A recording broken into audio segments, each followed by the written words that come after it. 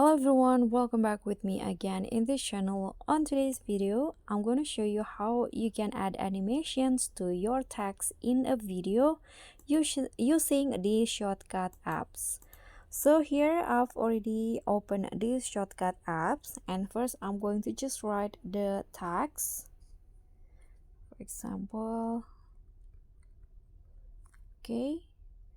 And if you want to add animation, you can simply click on this animations tab. Then just choose the animation that you want. So there are three categories in. If you want to add the animation at the beginning of the text, out at the end, or loop.